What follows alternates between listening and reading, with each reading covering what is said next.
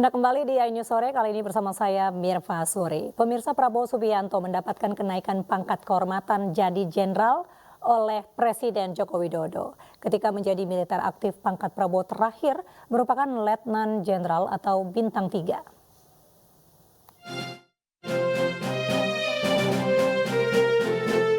Dihadiri sejumlah menteri dan perwakilan DPR, penyematan jenderal kehormatan kepada Prabowo Subianto dilaksanakan di Markas Besar TNI di Cilangkap, Jakarta.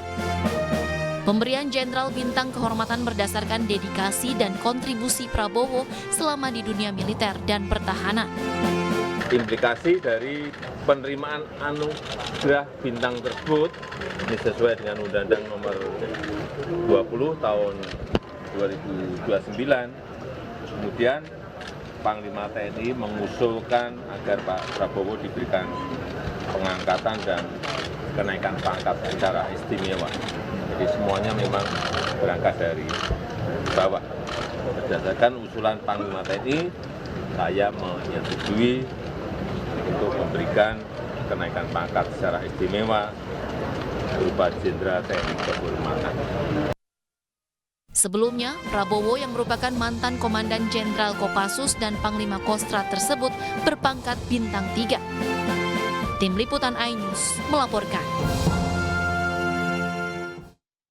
Prabowo Subianto dulu dikenal memiliki karir yang moncer selama di militer, selain juga dikenal sebagai menantu dari Presiden Soeharto.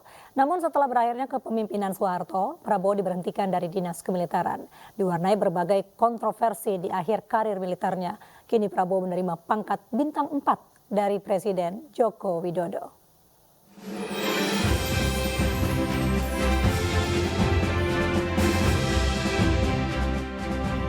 Prabowo Subianto lahir di Jakarta 17 Oktober 1951, merupakan putra Begawan Ekonomi Indonesia Sumitro Joyo Hadikusumo dan Dora Maris Sigar. Pada tahun 1995, Prabowo Subianto diangkat menjadi Komandan Jenderal Kopassus dengan pangkat Mayor Jenderal. Tugas pertama yang dilakukannya sebagai Komandan Kopassus menjalankan operasi pembebasan Sandra Mapenduma. Satu peristiwa yang dikenang adalah Ekspedisi Lawrence 95. Operasi tersebut merupakan pembebasan 12 orang peneliti dan ilmuwan yang diculik oleh gerilyawan Organisasi Papua Merdeka. Pada tahun 1998, Prabowo diangkat menjadi Panglima Komando Cadangan Strategis, jabatan yang dulu pernah dipegang Soeharto, Presiden RI kedua. 14 Juli 1998, Dewan Kehormatan Perwira mengeluarkan 7 butir tuduhan terhadap Prabowo Subianto karena diduga melakukan kesalahan dalam analisa tugas yang dianggap bukan wewenangnya. Pemberhentian dari dinas keprajuritan kemudian dikeluarkan Dewan Kehormatan Perwira. Tidak sampai di situ, dugaan pelanggaran hak asasi manusia juga terus membayangi langkah sang jenderal hingga kontestasi pemilu 2024.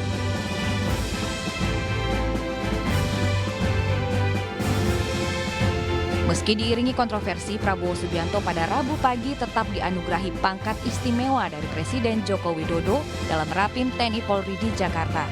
Prabowo Subianto mendapatkan tanda kehormatan kenaikan pangkat menjadi Jenderal TNI Bintang 4. Menurut Presiden Jokowi, anugerah pangkat istimewa sudah biasa diberikan di lingkungan TNI sehingga tidak ada alasan untuk dijadikan pro dan kontra di tengah masyarakat. Pak, mungkin nanti kan ada pro dan kontra di kalangan publik, Pak.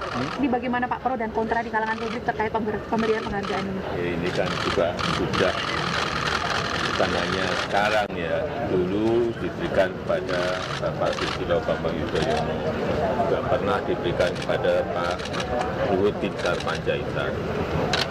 Ini sesuatu yang sudah biasa di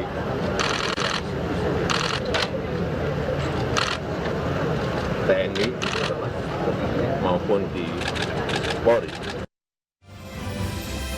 Dalam pidatonya, Presiden Joko Widodo menegaskan penganugerahan pangkat istimewa tidak lepas karena pengabdian Prabowo Subianto selama ini kepada bangsa dan negara. Dengan demikian, Menteri Pertahanan Prabowo Subianto kini resmi menyandang titel Jenderal TNI Kehormatan. Tim Liputan iNews melaporkan. Presiden Joko Widodo membantah sidang kabinet di Istana Negara Senin lalu membahas program makan siang gratis Prabowo Gibran.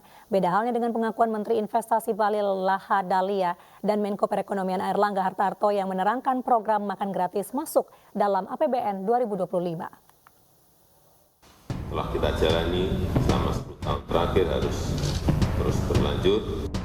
Presiden Joko Widodo membantah sidang kabinet di Istana Negara Senin lalu membahas program makan siang gratis Prabowo Subianto Gibran Rakabuming Raka. Bantahan itu disampaikan Jokowi selepas membuka rapat pimpinan TNI Polri di Gor Ahmad Yani, Markas Besar TNI Cilangkap, Jakarta. Begitu Pak, belum ada keputusan. Dalam sidang kabinet paripurna saya sampaikan bahwa program Presiden terpilih harus sudah dimasukkan dalam rencana anggaran 2025 supaya Presiden terpilih menjadi lebih cepat dan lebih mudah dalam nanti penganggaran, tidak kembali lagi mengajukan anggaran kepada DPR. Jadi inilah yang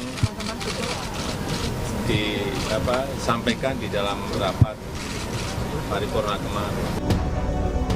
Meski Presiden membantah, namun Menteri Investasi Bahlil Lahadalia dan Menko Perekonomian Airlangga Hartarto yang turut hadir dalam rapat kabinet mengaku program makan siang gratis Prabowo Gibran dibahas dalam rapat kabinet. Membahas tentang program-program prioritas Pak Prabowo, termasuk dalamnya adalah makan siang tahap awal. Ada prioritas. Tentu prioritas itu nanti akan dibahas teknis dalam bentuk angka. Jadi berapa yang kita siapkan untuk tahap pertama yang terdiri dari balita, kemudian ibu hamil, dan juga untuk wilayah tertentu, misalnya tahapannya sampai SMP, kemudian daerahnya yang stunting tinggi, miskin. Hingga saat ini, proses perhitungan suara oleh KPU masih berlangsung. Namun, program makan siang gratis Prabowo Gibran sudah masuk dalam APBN 2025. Tim Liputan iNews melaporkan. Telah kita jalani selama 10 tahun terakhir harus terus berlanjut. Kita beralih ke informasi di mana sidang perdana ex-Menteri Pertanian Syahrul Yassin Limpo digelar di Pengadilan Tipikor Jakarta Pusat. Dalam pembacaan surat dakwaan, terdakwa Syahrul didakwa melakukan pemerasan 44,5 miliar rupiah untuk kepentingan pribadi dan keluarga. Syahrul Yassin Limpo beserta dua anak buahnya, mantan Sekjen Kementan Kasdi Subagiono dan mantan Direktur Alat Mesin dan Pertanian Kementan Muhammad Hatta menjalani sidang perdana pembacaan dakwaan di Pengadilan Tipikor Jakarta Pusat. Dalam pembacaan surat dakwaan, jaksa penuntut umum menyebut ketiga terdakwa bersama-sama memeras pejabat eselon 1 beserta jajaran Kementan RI. Syahrul menggunakan uang haram yang diterimanya untuk keperluan pribadi, diantaranya umroh ke luar negeri dan membeli kado undangan. Atas perbuatannya, para terdakwa dijerat pasal 12 huruf E dan pasal 12 huruf B jungto pasal 18 Undang-Undang Republik Indonesia 31 tahun 1999 tentang tindak pidana korupsi. Pakar telematika dan multimedia Roy Suryo menjabarkan informasi secara detail terkait kecurangan pada pelaksanaan pemilu 2024 melalui aplikasi Sirekap. Roy Suryo menerangkan aplikasi Sirekap pada hari pencoblosan 14 Februari sengaja dimatikan, bukan diretas.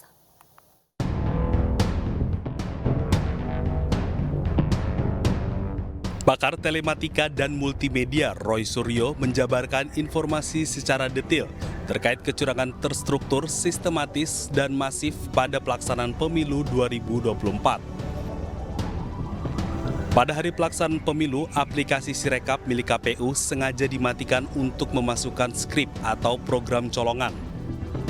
Roy Suryo juga menerangkan apa yang disampaikan tim IT independen dapat dipertanggungjawabkan secara ilmiah.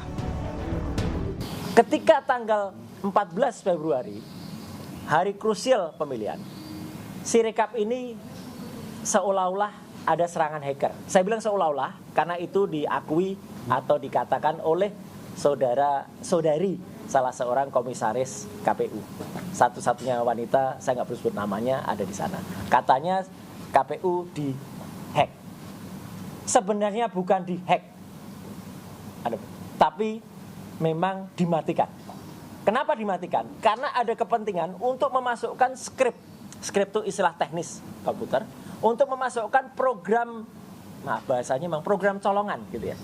Yang program tersembunyi, yang dimana itu bisa dikodok. Dan pada pukul 19 sekian, ada di naskah saya, pada tabulasi di Sirekap, sudah muncul presentase sama seperti quick count, yaitu paslon nomor 1 mendapatkan angka 24%, paslon nomor 2 mendapatkan 58%, paslon nomor 3 mendapatkan angka 17%. Padahal itu hari pertama jam 7 malam.